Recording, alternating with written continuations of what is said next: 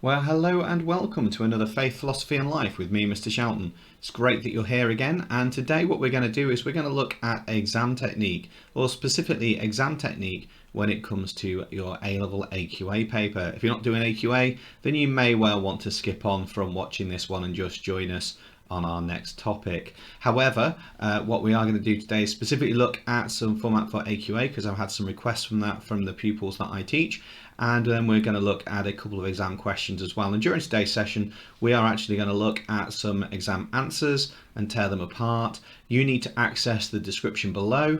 You need to get all the information that we've got from there, including the exam papers and the exam answers we're going to look at. And you're also going to need 3 highlighters with you, or at least 3 different ways of identifying information.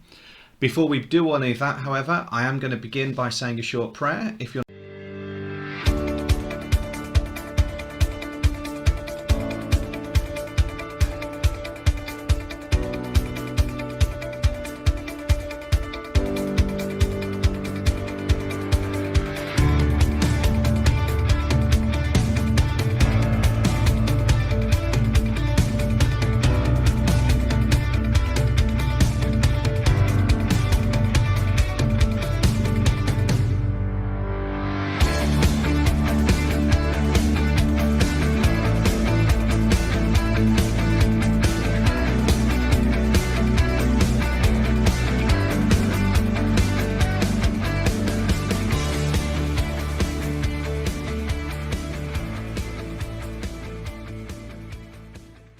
Okay, so welcome back. So our title today is how can you best answer exam questions? How can you best answer exam questions? So our learning objective is to consider different approaches to examination questions and how it's best to answer them.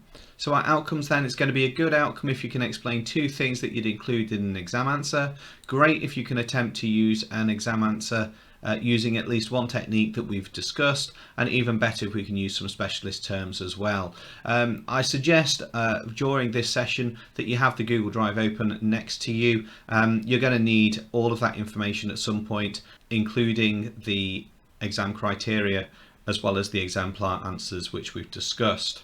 So today we're going to look at exam marking criteria. We're going to look at potential format that I'm going to suggest, but obviously there is no clear way the exam board expects you to answer. However, these are just suggestions as a framework if you find them useful.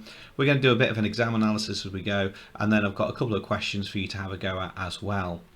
As you are aware, in AQA, the exams break into 2 sections, AO1 and AO2, other than the dialogue sections, which is a combination of both in paper 2.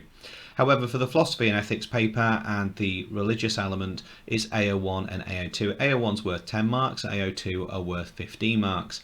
So we're going to start looking at the AO1 criteria, which is the information. They're the ones that are worth 10 marks. My suggestion to you is to spend no longer than 20 minutes on those questions, and that does include planning. So you've got to know your stuff. So one suggestion that I have for you is to make sure that you bullet point down 3 facts at the end of each lesson, which has the names of the people which you've been studying and any literatures or books they've written and what their main points are. And if you have that down, that will really help you, because then all you need to do is to remember that information rather than the reams of notes of information that you've got. So it's an AO1's worth 10 marks, as I say. It's about 20 minutes is what you need per AO1 question, and it is absolutely information driven. You're not really after any evaluation whatsoever. This question does not require it. What it requires is 3 to 4 full paragraphs, may I suggest, with philosophers in them, books, quotes, sources of authority, anything you can think of which is absolutely just information, because it's information which will help you gain the marks for this sort of criteria.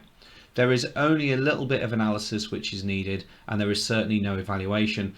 In that time, if you're perfectly able to do it, aim for 1.5 to 2 pages of A4. If you've got large writing, you'll need to probably write a little bit more than that. If you've got smaller writing, you might get away with a little bit less, but try and aim for 1.5 pages, because breadth and depth is absolutely key. Make sure you've got with you now your exam criteria. Just make sure you've got that loaded up at the side of the screen or printed for you, because you're going to need that as we go through this session. So there's things that you need to look out for in the marking criteria. For an AO1, it's after knowledge and understanding. it's after something called depth and breadth, it's after scholars, it's after organisation and planning, and it's after vocabulary. Okay, now let me just confirm what I mean by breadth and depth. Depth is where you have detailed knowledge, sort of a detailed amount of information where you've really drilled into that topic, and breadth is where you've got a long and thin bit of information as well. So you've got lots of information, but you've got lots of information as well as deep information as well, and that's really hard to balance, and that's a practice thing. Don't forget, you've only got 20 minutes to write one of these essays. So let's just look at knowledge and understanding. Now I've highlighted the key parts on the criteria here, so you've got an idea how the level structure works. For a level 1, it's a basic bit of knowledge and understanding with little or no development. For a level 2, it's generally accurate. So what you're writing about is actually almost correct in most of the ways. For a level 3, it's also generally accurate. Please note there's not a huge difference between those two, between a level 2 and a level 3 banded. For a level 4, it is accurate. So you've got no inconsistencies within that. And that's sort of really important to get that right, because if you don't get that right, then it's only going to be generally accurate. So it's got to be fully accurate for a level 4, and for a level 5 it is accurate, again relevant and fully developed, but we'll come on to that in a moment. So that's knowledge and understanding. Depth and breadth then is the next one that we've discussed. Again, starting at the bottom as a level 1, it's basic with little or no development. For a level 2, it is relevant with limited development in breadth and depth. So there's some information, but there's not a huge amount. For a level 3, it's relevant with development with breadth and or depth. Please note that and or. Okay, really important there. You've got that in the level 2 as well. But level 3, so it's either deep or it's broad in detail. It might have both, but it might only have one. However, when you get to the level 4 criteria, it's mostly relevant with good development and in breadth and depth. So you've got both for a level 4. So it's got to be detailed, and it's also got to have a range of information in it as well. And for level 5, it's what now becomes fully developed rather than having good development. That's the difference between a level 4 and a level 5. So it's again to do with how much developed that is. If it's fully developed in breadth and depth, then that would be the level 5. The next one to look then is at scholars. So again, starting at the bottom, so these are your philosophers or your quotes if you're doing Christianity, or from your sources of the Bible or anything like that. So for a level 1, it's got a basic awareness of people. So you might refer to people, but very, very briefly, and maybe only have 1 or 2 people in an answer. Remember, an AO1 is all about information. It's about what you know. For a level 2, there's limited reference to scholars. For a level 3, there's some familiarity with the diversity of views and or scholarly opinion. If you've got a question about the ontological argument, you may well be referring to Kant, but also you might refer to Guinilo, for example. For a level 4, you're looking at alternative views and or scholarly opinion are explained. So you only explain things that are relevant to the question. There's no point just writing about Hume if Hume has got nothing to do with that topic that you are studying. And lastly, for a level 5, there's a diversity of views and or scholarly opinion. So you're showing a range of different opinions. So again, it might only be an O1. It's not after any evaluation, but it's after a little bit of depth and a little bit of breadth with regards to what different people think about that question as well. And that's why it's really important that you know your information and you've got them as those 3 little bullet points in your head, as we spoke about a few moments ago. Okay, you can start to see how tough it is to plan some of these. For organisation and planning then, okay, you've got at level 1 that there's isolated elements of planning. For a level 2, there's limited organisation of ideas. For a level 3, there's some organisation of ideas and a little bit of coherence as well. It's starting to flow together. For a level 4, it's mostly clear and it has a coherent presentation of ideas, and for level 5 there's a clear and coherent presentation of ideas as well. So again, you can see how that flows from not having any organisation through to having loads of organisation. That's really important to hold on to. And then lastly, there's the vocabulary, the use of religious terms. Now, AQA do have a glossary on their website. If you don't know how to find it, then I suggest that you speak to your teacher about that. But again, you can see at the bottom there for a level 1, it's got basic use of subject vocab. Then for a level 2, it's got use of subject vocabulary. For a level 3, it's got reasonable use of it. For a level 4, it's got good use of it. And for a level 5, it's got precise use of it. So again, you've got some really clear goals there of how important vocab is. So those are the things that we've spoken about for what you're looking for in an AO1 answer: knowledge and understanding, depth and breadth, scholars, organisation and planning, and vocabulary. And whilst it might seem there's a lot there, may I suggest that this will probably be second nature to you, because that's probably what you've been doing in class anyway. And just make sure that you, when you do your wider reading around the topics that you've been looking at with me and in your classroom as well, then you'll realise that you know how to do these things fairly easily. So the next thing we're going to do is we're going to look at the AO1 exemplar, which hopefully you've got available to you. I suggest that you do download it and print it, because it will be useful for you to annotate over. So that's what we're going to turn our attention to now. I'm going to switch my cameras, and then we'll come back to looking at me, sorry about that, in a few moments. Okay, so what we're now going to do is we're going to look at an AO1 answer which has been written by one of the students in my year 12 class, and we're going to do some analysis on it, and hopefully you'll find this quite useful for you. So you need a couple of things in front of you. You need the marking grid, which I've got there that you can see on screen, and you'll also need the example answer as well. So make sure you download those now and you've got those to hand. So let's do that now. Okay, so one thing that we've spoken about already in our presentation, our work today and our thinking today, is this idea about use of appropriate subject-specific vocabulary. It comes up in every section, as you know. So what I'd like you now to do is to look at the exemplar answer, which you've got there. You'll need to obviously have this to hand. If you can print it, that would be best, because then you can use highlighters. And what I'd like you to do is to go through that now and to identify what terms you think would be classed as religious language. Now, only do them the first time round, because if they use them all the way through, say for example like God, it's only really worthy the very first time that you count it, but then it needs to flow throughout the essay anyway. So go through and just identify the very first term that keywords are used. Do that now and pause this clip, and we'll come back to me in a moment. Okay, so these are the words that I identified. You may have noticed some others, so I'm not going to read it all out to you, because you're more than capable of reading it. That's why you're doing A level. However, these are all terms. I like this one because it's been defined as well as having the key term next to it, and likewise the candidate's done the same there as well. Here you've got a source of wisdom and authority. You've got this idea of Genesis, and then down here you've got the idea of necessarily, pantheistically and eternal, again that being defined, which I really like. Here you've got the term of transcendent. However, this is a slight issue, because we're missing a capital letter for the word God, and if it's going to be this clear and coherent use with precise use of appropriate subject vocab, it isn't a precise use of subject vocab if it's not right all the time. Okay, let's just look at the second page. Remember, we're only looking for terms which haven't been used previously. So we're up to here, the evidential problem of evil, and then when we go on to our third page,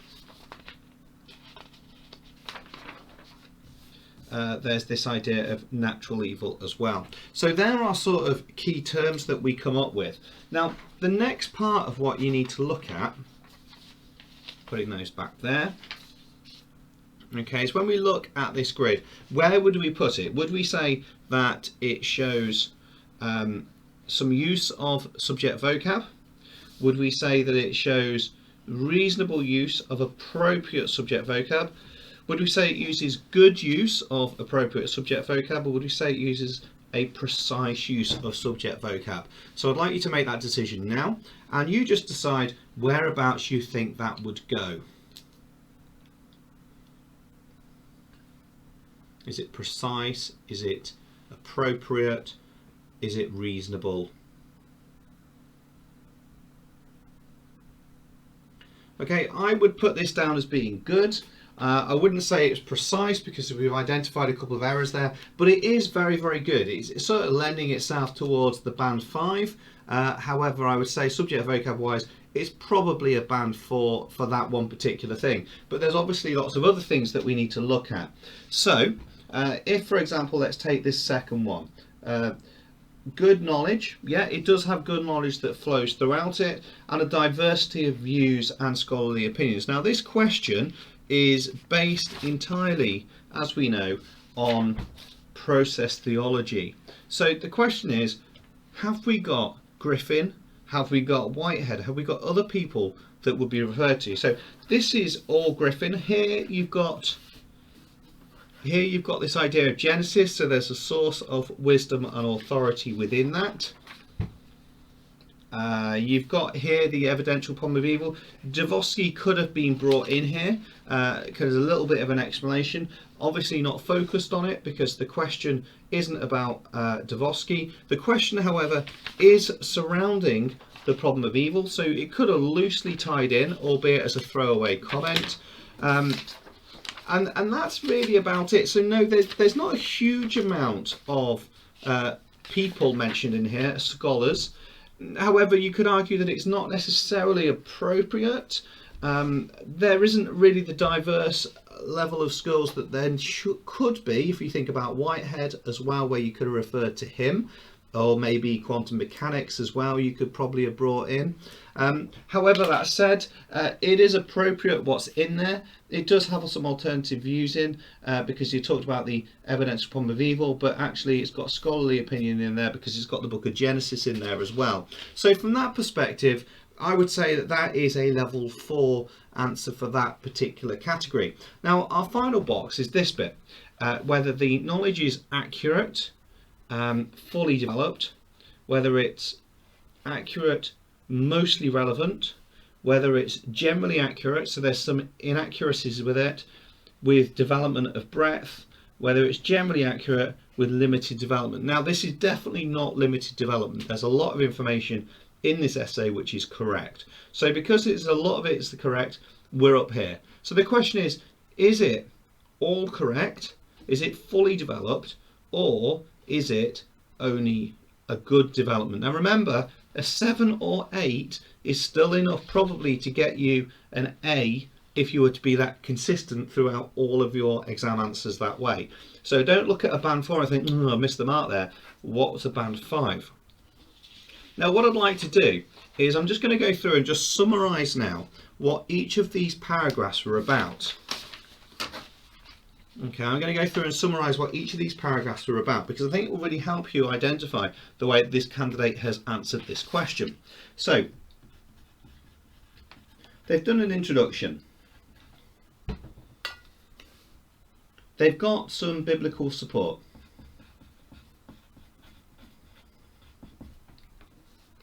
They're talking here about the nature of God.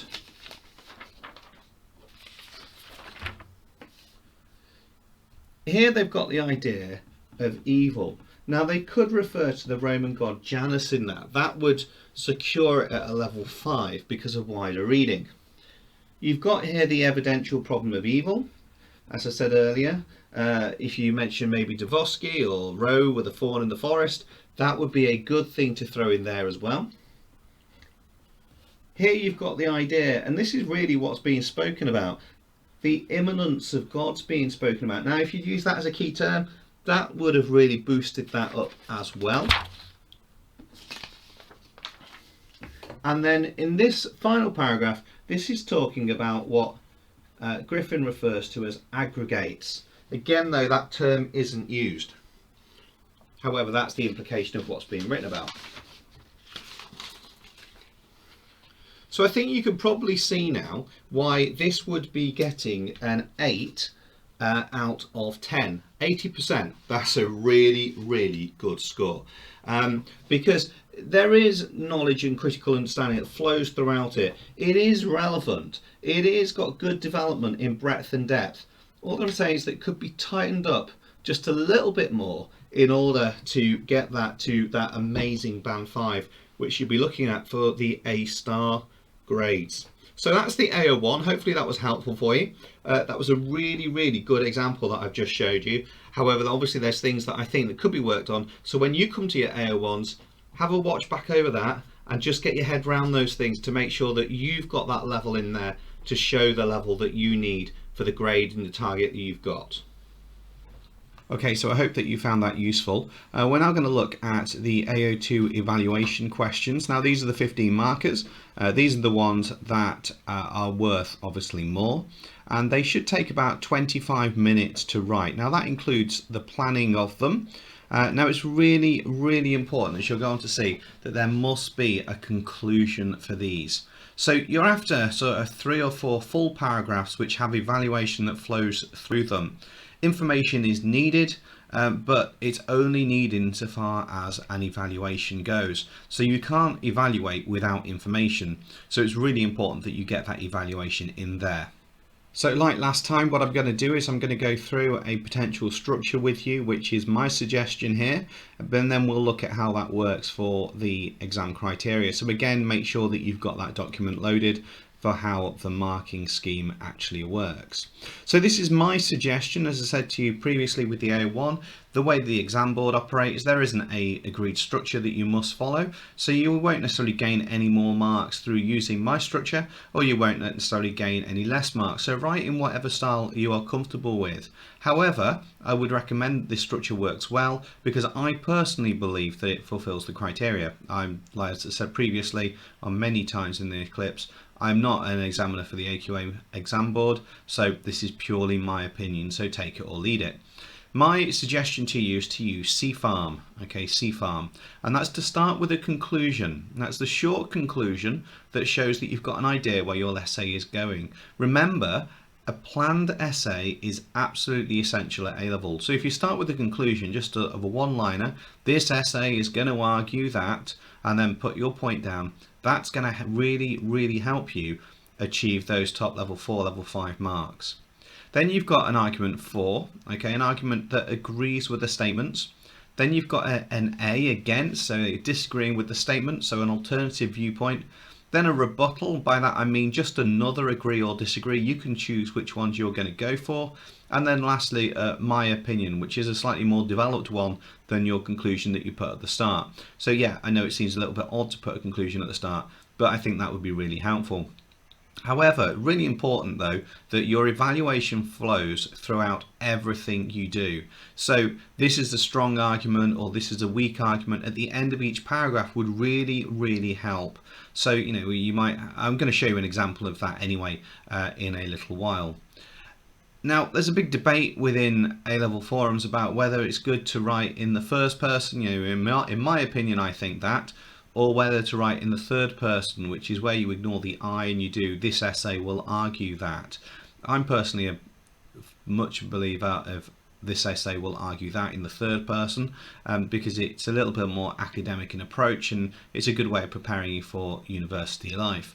So CFARM is my suggestion, and that's the example essay that you're going to see in a short while, but making sure that evaluation flows throughout it. So this is a strong argument because, or this is a weak argument because. Okay, so looking back at the marking criteria that the exam board give us, you will see here that there are only really 4 things to look for when it comes to this. There's scholars, organisation and planning, vocabulary and evaluation. Unlike when I went through the AO1 where I went through each level boundary, I'm literally only going to focus at the absolute key parts of this, or else we would be here all day, and I really want to spend the time going through the exemplar with you.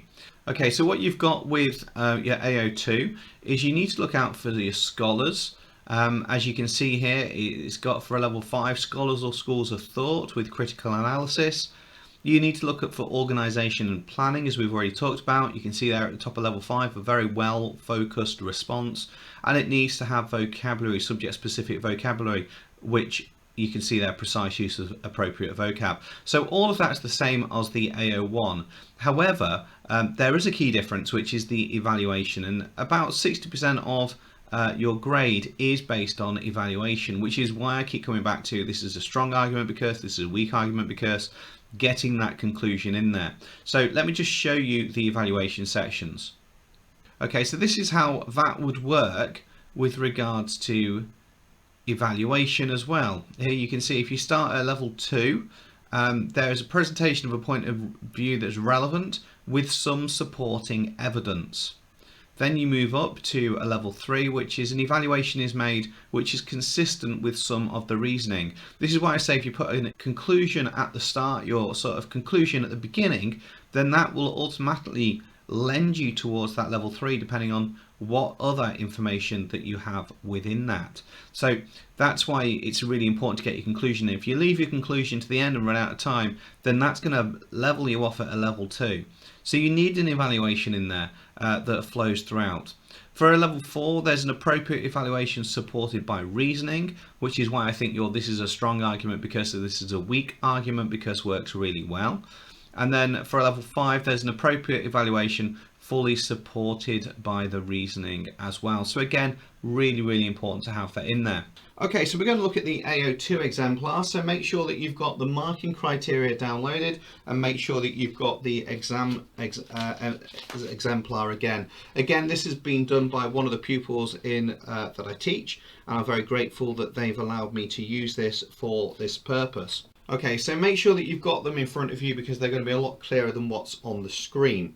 Now, one thing that we've spoken about quite a lot today is this use of subject vocabulary. Now, if you can't identify subject vocabulary in an answer, you're going to be somewhere towards this level 1. We don't want that.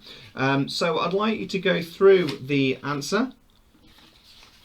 Looks something like that. I'd like you to try now and identify what terms would be classed as subject vocabulary. Now, like last time, only identify the terms the very first time they're used. So pause the clip now, go through and just note what examples of subject vocabulary you can come across.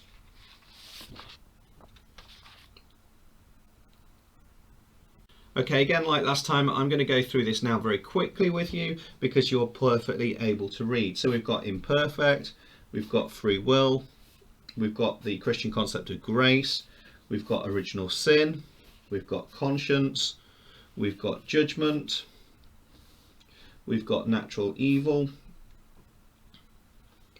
we've got inconsistent triad,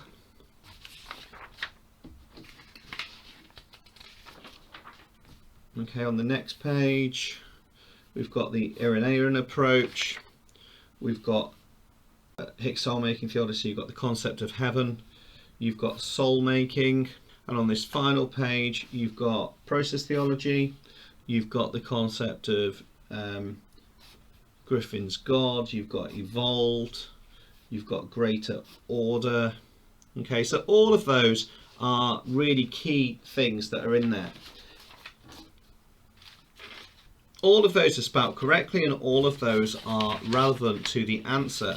So when we're thinking back to this, is there good use, reasonable use, or precise use? Now all of those are accurate and I would say precise, but you've got to obviously make a judgment whether they fit in and whether they're appropriate, and you'll know that through having read it. So I'm going to for the moment say they are precise because they are accurate and they definitely do fit in with what we are studying about.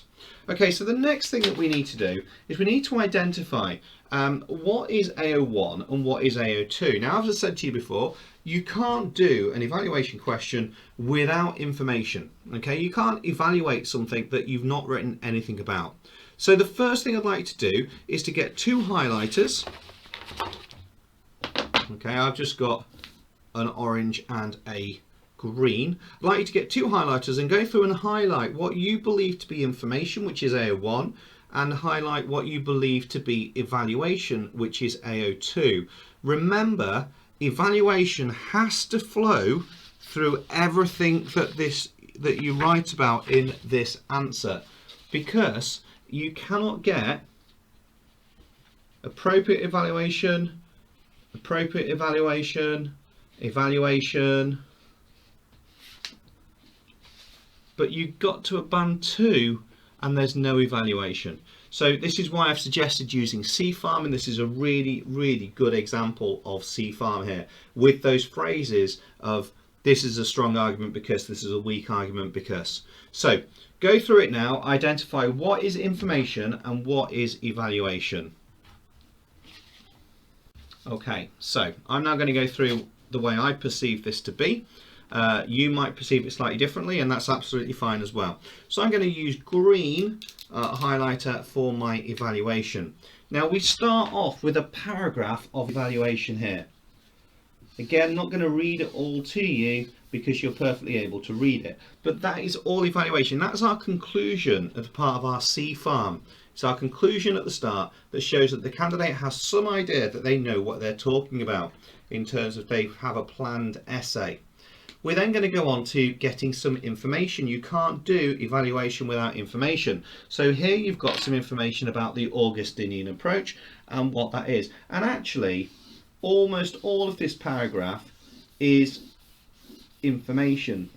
But you can't, as I say, evaluate without that. Now, if you just did the whole lot in orange, a whole lot of AO1, then you're not going to be getting above a level 2, despite the fact you've got some sort of conclusion in there. But what this candidate does, which is why I really, really like this essay, is that they then do a bucket load of evaluation. So in response to the Augustinian approach, it is not the best or the strongest approach. Okay, really straight in there. And then there's a reason why. Okay, there are many innocent lives that are getting affected. All of that is really, really strong evaluation. But if you look at the start of the next bit, which you'd expect to be information, the free will defense by J.R. Mackie could have been a stronger approach to suffering. You'd expect the free will defense to then be a little bit more information, but actually what they do, the way they write it, could have been a stronger approach. That is definitely evaluation right at the very start. And then they slip into information. Again, you cannot do anything without information. You can't evaluate something if there's no comment on it. Okay, but please note here, the existence of free will doesn't work in the first order of good and evils. It's there as being evaluation thrown in as part of the same paragraph. Now, what I would say about this paragraph is that it is missing the omni words. That might be something to consider when we come back to the marking later. We talked about a specific subject vocabulary. That would be something that's worth considering, because the candidate could have easily put omnipotent, omnibenevolent and omniscient within that. Okay, let's look at the next page. Okay, so the next page again continues with that evaluation that we ended with just then, and then there's information as well, and that's that paragraph of information. Then this approach by J.R. Mackie is better. It's screaming evaluation. It's better. Okay, so again, almost all of this paragraph is evaluation. Okay, just look already at how much evaluation there is in comparison to information. Okay, there's over 50% of it at the moment is evaluation. This is a very good AO2 answer. Here you've got,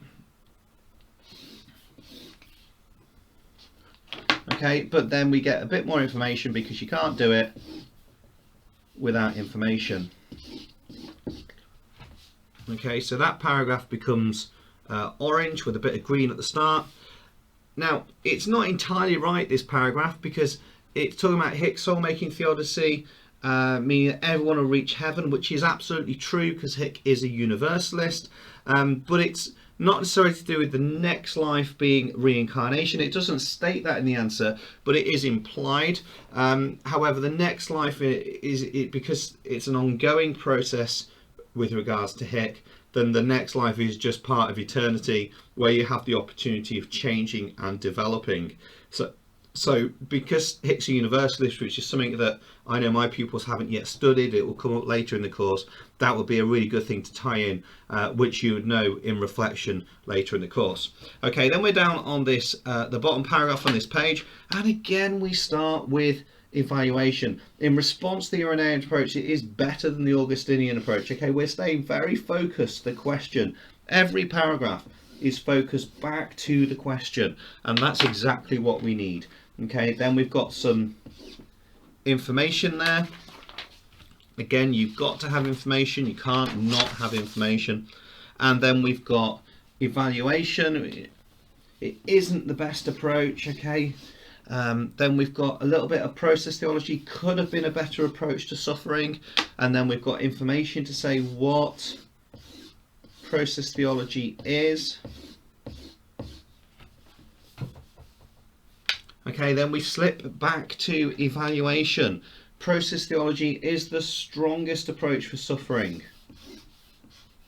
Okay, and actually most of this paragraph is, okay, therefore it shows that the world is imperfect. There is a conclusion-y part of that paragraph.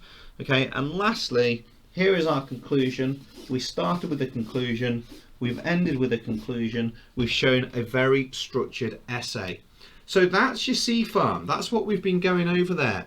Okay, you start with your conclusion, you've got your argument for, against, rebuttal, it's another point of view, and then a conclusion there as well. So I hope that you found that a useful way of going through your AO2. It's a really important technique that you get your head round. Okay, it's a really important technique that we go back to. So if we then go back to our marking criteria, it is actually, okay, is it a very well focused or is it a well focused response? Well, every paragraph comes back to the Augustinian approach, therefore it's very well focused. Think about the way when you look at that and look back at this answer, everything's relating back to the Augustinian approach, in response to the Augustinian approach. Okay, it could have been stronger. Here we've got, it's not the best approach to suffering. According to Griffin, okay, it's the strongest approach to suffering. Everything is coming back to the question.